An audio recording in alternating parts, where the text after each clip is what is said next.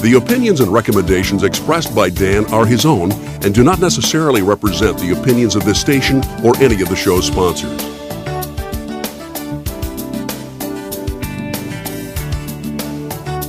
Welcome back, American Family Radio Network, Financial Issues. I'm Dan Celia. It's great to be here. 866-300-9298, 866-300-9298 if you want to weigh in. We're going to take your calls. You're listening to Financial Issues. Let me go to Nicholas. Nicholas calling us from PA. Hey, Nicholas. Pennsylvania. Hi, good morning. I was wondering, the insurance on deposits that's offered by credit unions, is it as safe and as good as the FDIC insurance offered by banks?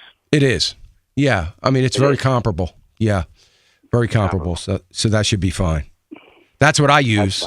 I mean, I use a credit union personally, and but it is a very similar program, insurance. Yep. Thank you. That puts my mind at ease. Thanks very much for the help. All right, Nicholas. Thank you. 866-300-9298, 866-300-9298. You're listening to Financial Issues. I'm Dan Celia. If you've got a question, the Dow, get clobbered right now. The Dow's down 141 or 142. The Nasdaq's down 28. The S&P down 12. So, it doesn't look like the markets are real happy with anything that came out of Davos, and speaking primarily of Jack Lew. I think, I tell you, I said this early in the month, I'm thinking this is going to be a month of realization and reality check. And I think it's shaping up to be that. 866-300-9298. Let me go to Albert. Albert's calling us from Texas. Hey, Albert. Albert? Hello? Yeah, this is Albert. Yeah, Albert. Hey, where I'm from, there used to be a beef vacuum plant, a real big one, Cargill, shut down. We had a peanut plant shut down. There's over 3,000 jobs were lost in this town. Wow. So I own my own business. I sell potato chips and stuff like that, but being all these people without jobs and a lot of people moved, it went down. It just keeps going lower and lower. I've had to take all my 401k out and just so I can try to pay my bills. Mm-hmm. And what my question is, what do you think about bankruptcy? I mean, I don't want to lose my house. I've got a lot put into it, and I just don't want to lose it, and I think that's the way it's going to end up happening. Well, you know what, Albert, here's what I would say to you. Bankruptcy is there. The law is there to protect us and to help us. It can do that. My belief is it would only be absolutely a last resort. It's not something that, you would want to do if you can avoid it in any way. So I would say, excuse me, after you have exhausted all the other options, credit counseling, debt counseling, where they're paying your bills and those kinds of things. And, you just don't have the income stream that's able to do that. You can't negotiate with creditors. You can't do any of those things. Then it is, to be only a last resort. I don't condone bankruptcy. I hate to see that happen. I would rather see someone in a restoration mode of restoring their credit and getting back on their feet a lot quicker than they might through bankruptcy. But I also understand that there are situations.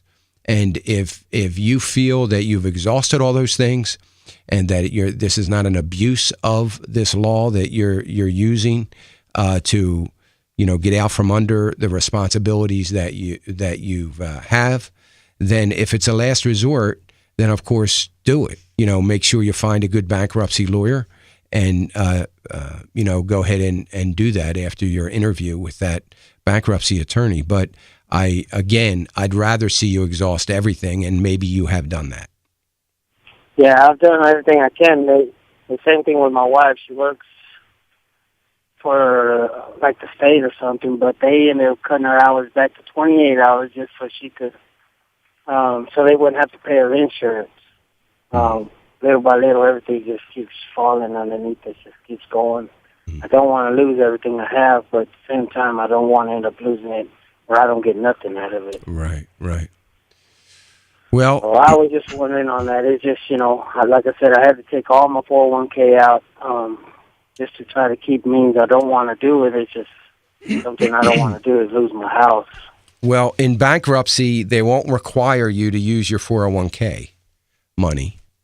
So that won't be a part of it, which I guess whatever you have left, unless you've used it all already. But, that's exempt from bankruptcy.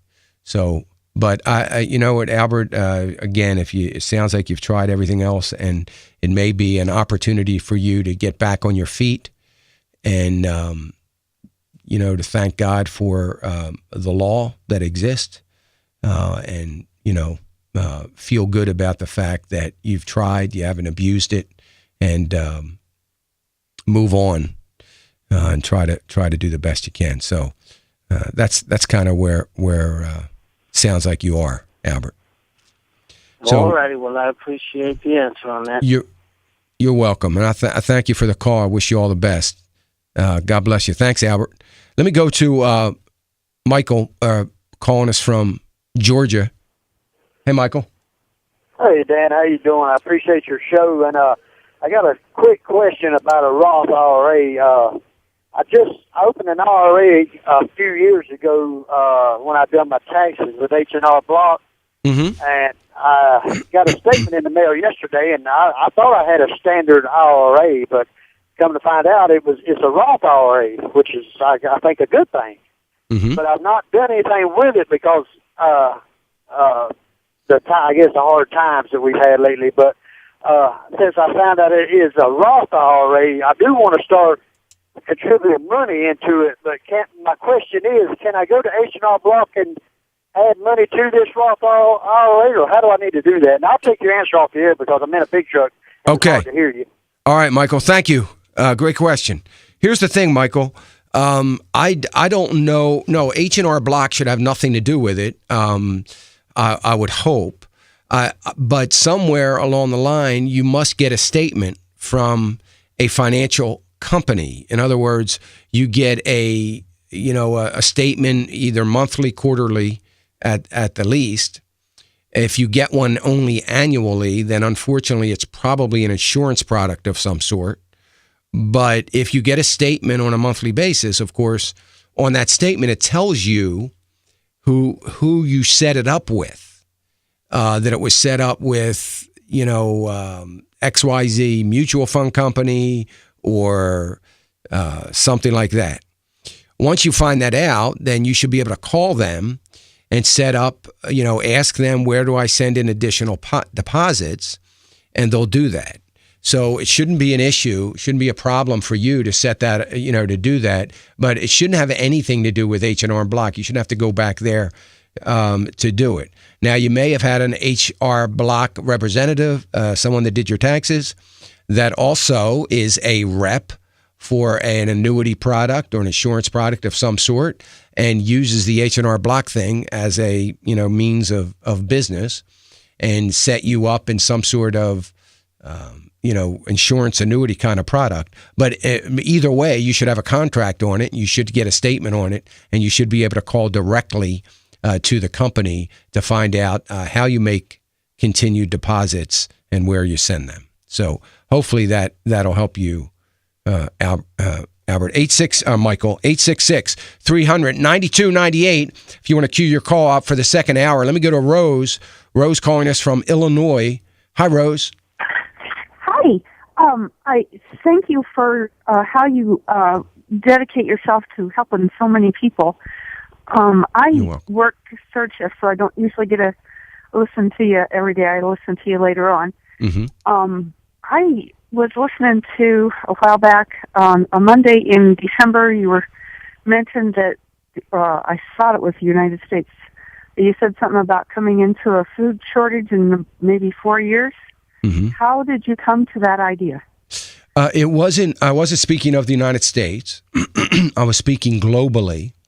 And if I remember right, I was speaking from data that came out of the World Economic Organization and the IMF that put out data and information indicating that one of the issues that's going to be facing the global economy was a global food shortage. And they based that on agricultural department numbers from developed nations around the world. Developed nations being the majority of the supply of the food being exported to some of the third world countries and such, saying that due to, they were speaking primarily about corn, but also mentioned wheat and other grains in reference to the fact that due to population growth and current environmental issues and such, that there is going to be a crisis of sorts. This is according to them, not according to me. There's going to be a crisis of sorts in global food commodities. So I assume that's what I was talking about. I wasn't talking about a food shortage here, although sometime, I believe in December, when the U.S. Department of Agriculture put out their forecast for wheat and corn, I did talk about the fact that they're forecasting a very high price of corn due to, and they were talking about environmental issues that already happened, unusually cold, wet, dry, whatever the situation was, impacting the overall corn market. So I'm only assuming, Rose, that's what you were referring to, but I don't know of any. You have a fantastic memory. Well, I not always, trust me, but I believe that's what it was. That's the only thing I can think of that I was talking about. So, and I think I might have even put it in the context is that we might want to think about, from a commodity standpoint, owning some of those agricultural commodities for the long term. So anyway, hopefully that helps. Yes, thank you. Oh, all right, Rose. Thank you for the call. I sure appreciate it. Speaking of food, one of the areas that was slated that I didn't mention was cattle, and that sure has held true because cattle prices are going through the roof. I don't know if you remember this, but I'm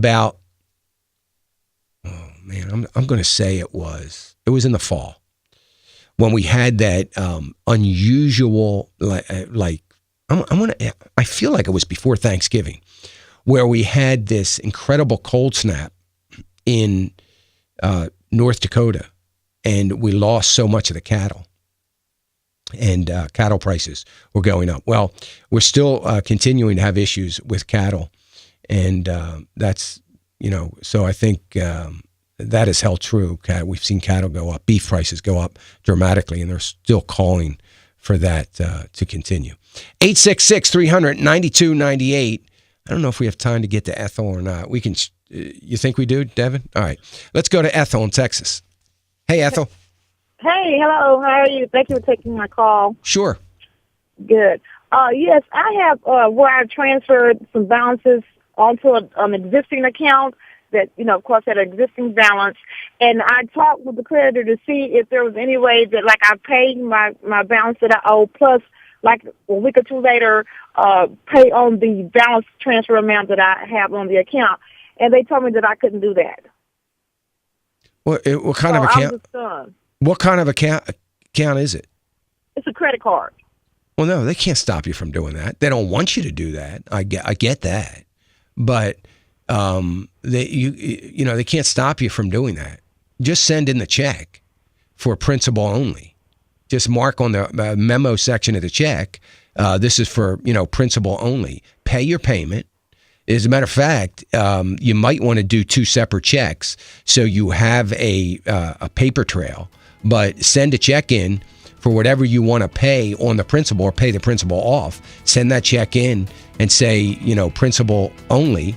If it's the entire amount that you're paying off, then just send one check in for the entire amount that is on the statement that you're attaching to the check. They have to take it. They can't tell you they don't want you to do that. They're always going to discourage you from doing that. They hate that. But no, you can do that, Ethel. Trust me, you can do that. So if it's a credit card account, you can pay off any amount you want.